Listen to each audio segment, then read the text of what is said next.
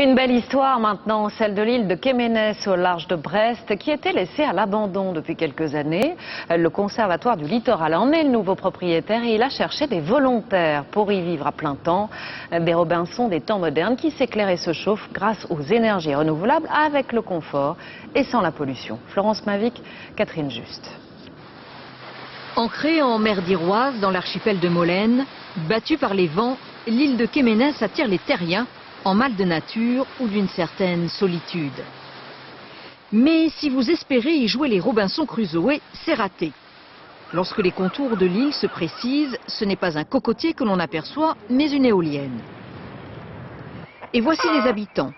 Un couple installé depuis l'automne dernier dans une ancienne ferme. Autrefois, pas d'électricité ou d'eau courante sous les toits d'ardoise.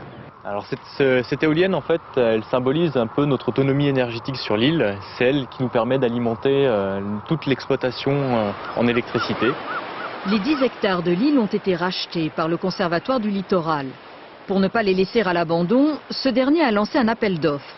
David et son épouse ont relevé le défi, faire revivre Quéménès en domestiquant l'énergie fournie par le soleil et le vent.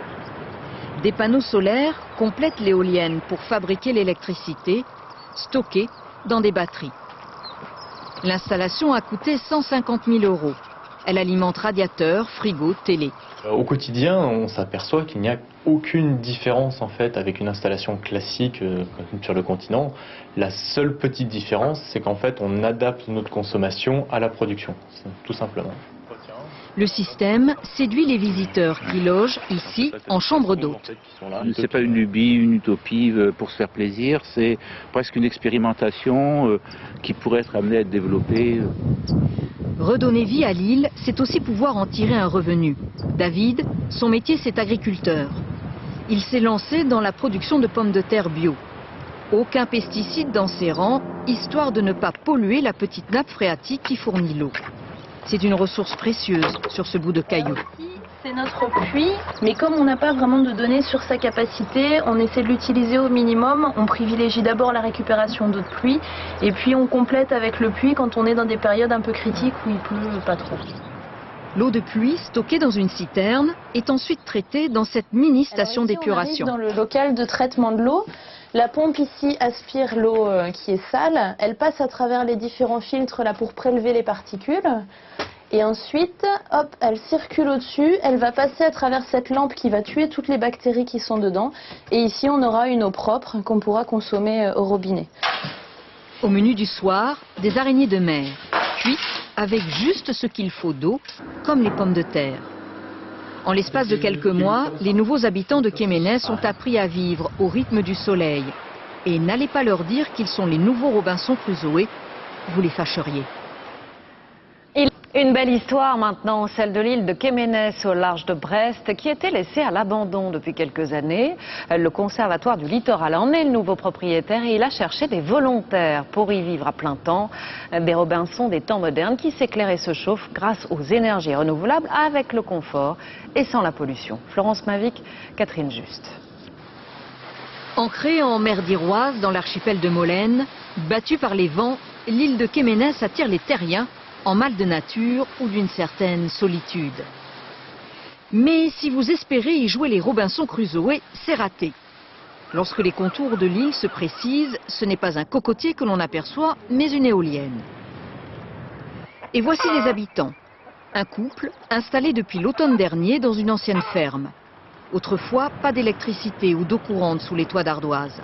Alors cette éolienne, en fait, elle symbolise un peu notre autonomie énergétique sur l'île. C'est elle qui nous permet d'alimenter toute l'exploitation en électricité. Les 10 hectares de l'île ont été rachetés par le Conservatoire du littoral. Pour ne pas les laisser à l'abandon, ce dernier a lancé un appel d'offres. David et son épouse ont relevé le défi, faire revivre Quéménès en domestiquant l'énergie fournie par le soleil et le vent. Des panneaux solaires complètent l'éolienne pour fabriquer l'électricité, stockée dans des batteries. L'installation a coûté 150 000 €. Elle alimente radiateurs, frigos, télé. Au quotidien, on s'aperçoit qu'il n'y a aucune différence en fait avec une installation classique sur le continent. La seule petite différence, c'est qu'en fait, on adapte notre consommation à la production, tout simplement. Le système séduit les visiteurs qui logent ici en chambre d'hôte. C'est pas une lubie, une utopie pour se faire plaisir, c'est presque une expérimentation qui pourrait être amenée à être développée. Redonner vie à l'île, c'est aussi pouvoir en tirer un revenu. David, son métier, c'est agriculteur. Il s'est lancé dans la production de pommes de terre bio. Aucun pesticide dans ses rangs, histoire de ne pas polluer la petite nappe phréatique qui fournit l'eau. C'est une ressource précieuse sur ce bout de caillou.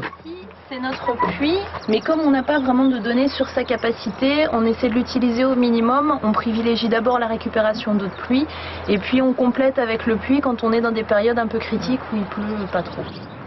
L'eau de pluie, stockée dans une citerne, est ensuite traitée dans cette mini-station d'épuration. Dans le local de traitement de l'eau, la pompe ici aspire l'eau qui est sale. Elle passe à travers les différents filtres là pour prélever les particules. Et ensuite, hop, elle circule au-dessus. Elle va passer à travers cette lampe qui va tuer toutes les bactéries qui sont dedans. Et ici, on aura une eau propre qu'on pourra consommer au robinet. Au menu du soir, des araignées de mer, cuites avec juste ce qu'il faut d'eau, comme les pommes de terre. En l'espace de quelques mois, les nouveaux habitants de Kéménès ont appris à vivre au rythme du soleil. Et n'allez pas leur dire qu'ils sont les nouveaux Robinson Crusoe, vous les fâcheriez.